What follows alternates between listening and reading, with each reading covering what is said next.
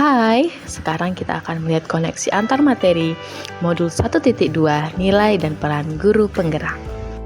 Saat ini kita akan menggunakan metode 4P, peristiwa, perasaan, pembelajaran, dan penerapan ke depan. Yang pertama, peristiwa.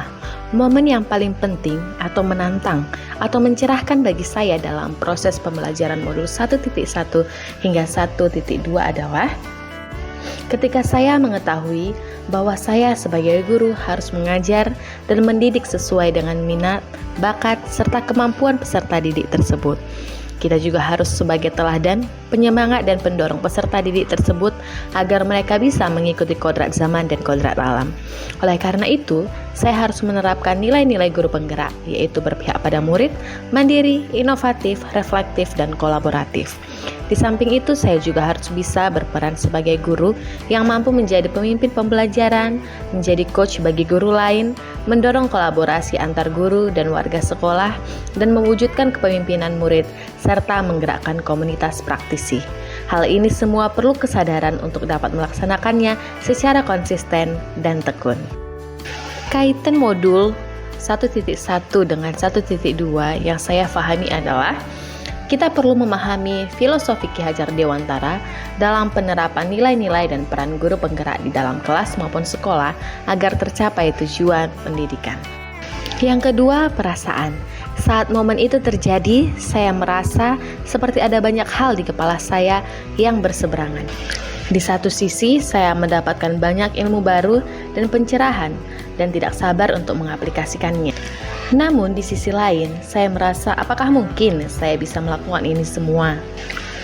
Setelah ditelusuri lebih dalam lagi, saya merasa bahwa kita harus keluar dari zona nyaman dan ternyata ada beberapa hal yang telah kita lakukan selama ini yang tidak kita sadari telah menerapkan nilai dan peran guru penggerak. Di sisi lain, saya menyadari bahwa saya harus terus belajar dan bergerak untuk membuat perubahan yang lebih baik lagi. Selanjutnya, pembelajaran. Sebelum momen tersebut terjadi, saya berpikir bahwa perlakuan pembelajaran kepada peserta didik harus disamaratakan. Yang kedua, tingkat kesuksesan mengajar seorang guru apabila bisa membuat semua siswa bernilai bagus.